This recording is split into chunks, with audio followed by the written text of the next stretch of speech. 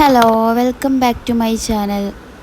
അപ്പോൾ ഞാൻ ഫോട്ടോ നെയ്സ്ലിപ്പിൻ്റെ ഒരു ഫുൾ മേക്കിംഗ് വീഡിയോ ആയിട്ട് അപ്ലോഡ് ചെയ്തിരുന്നു. ആ വീഡിയോ കണ്ടിട്ട് ഒരുപാട് പേര് അതിൽ കമൻറ്റ് ചെയ്തിരുന്നു, പല ഡൗട്ടും കാര്യങ്ങളും.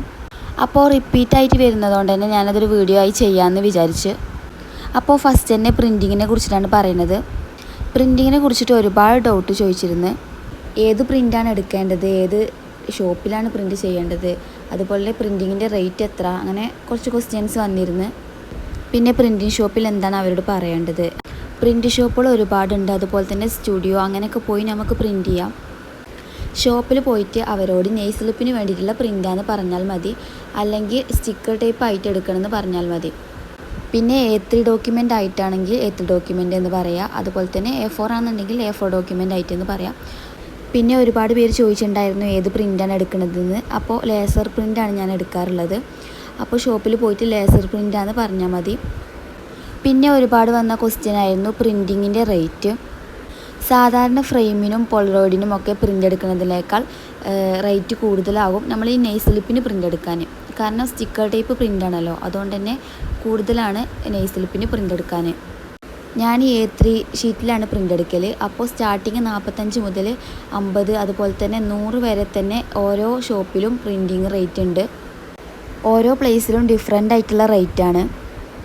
അപ്പോൾ എല്ലാ ഷോപ്പിലും അന്വേഷിച്ച് റേറ്റ് എവിടെ കുറവായി കിട്ടുന്നതെന്ന് ഉണ്ടെങ്കിൽ അവിടെ പോയി പ്രിൻ്റ് എടുത്താൽ മതി. എനിക്ക് ഇൻസ്റ്റഗ്രാമിൽ ഒരു മെസ്സേജ് വന്നിട്ടുണ്ടായിരുന്നു, അവരുടെ പ്ലേസിൽ 100ൻ്റെ മുകളിലാണ് പ്രിൻറ്റിങ് റേറ്റ് എന്ന്. അപ്പോൾ നമുക്ക് വരുന്ന പ്രിൻറ്റിങ് റേറ്റിനോടനുബന്ധിച്ചിട്ടാണ് നമ്മൾ റേറ്റ് ഇടേണ്ടത്.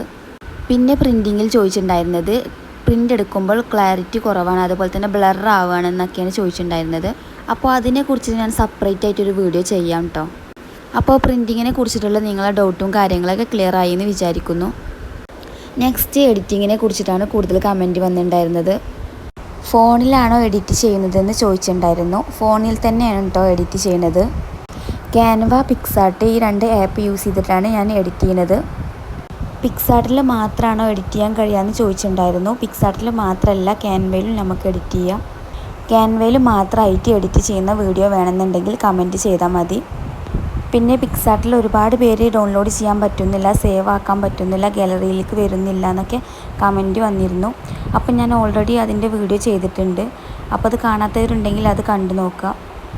പിന്നെ നേരത്തെ പറഞ്ഞ പോലെ തന്നെ എഡിറ്റ് ചെയ്യുമ്പോൾ ക്ലിയർ ഇല്ല, ക്വാളിറ്റി പ്രശ്നം, അതൊക്കെ ഞാൻ സെപ്പറേറ്റ് ആയിട്ടൊരു വീഡിയോ ചെയ്യാം. അപ്പോൾ എഡിറ്റിങ്ങിലെ ഡൗട്ടുകൾ നിങ്ങൾക്ക് ക്ലിയർ ആയി എന്ന് വിചാരിക്കുന്നു. നെക്സ്റ്റ് ചോദിച്ചിട്ടുണ്ടായിരുന്നത് നെയ്സ്ലിപ്പിൻ്റെ സൈസാണ്. അപ്പോൾ നോർമൽ സൈസ് ആയിട്ട് തന്നെയാണ് ഈ നെയ്സ്ലിപ്പ്. നിങ്ങൾക്ക് വീഡിയോയിൽ കണ്ടാൽ മനസ്സിലാവുന്നുണ്ടാകും. ഒരു നോർമൽ സൈസ് തന്നെയാണ് ഈ നെയ്സ്ലിപ്പ്. ഒരുപാട് പേർക്ക് A3 ഷീറ്റിൽ 30 എണ്ണം ഒക്കെ നെയ്സ്ലിപ്പ് പ്രിൻറ്റ് ചെയ്യുമ്പോൾ വളരെ ചെറുതാവുമോ എന്നുള്ളൊരു ഡൗട്ട് ഉണ്ടാവും. അപ്പോൾ ചെറുതല്ല കേട്ടോ, അത്യാവശ്യം മീഡിയം സൈസിലുള്ള നെയ്സ്ലിപ്പ് തന്നെയാണിത്. അപ്പോൾ നെയ്സ്ലിപ്പിനെ കുറിച്ചിട്ടുള്ള ഡൗട്ടും കാര്യങ്ങളൊക്കെ നിങ്ങൾക്ക് ക്ലിയർ ആയി എന്ന് വിചാരിക്കുന്നു. അപ്പോൾ നിങ്ങൾക്ക് വേറെ എന്തെങ്കിലും ഡൗട്ടും കാര്യങ്ങളും ഉണ്ടെങ്കിൽ ഈ വീഡിയോക്ക് താഴെ കമൻറ്റ് ചെയ്താൽ മതി. അതുപോലെ തന്നെ നിങ്ങൾക്ക് ഈ വീഡിയോ ഇഷ്ടമാവുന്നുണ്ടെങ്കിൽ ലൈക്ക് ചെയ്യാനും സബ്സ്ക്രൈബ് ചെയ്യാനും ഷെയർ ചെയ്യാനും മറക്കരുത്.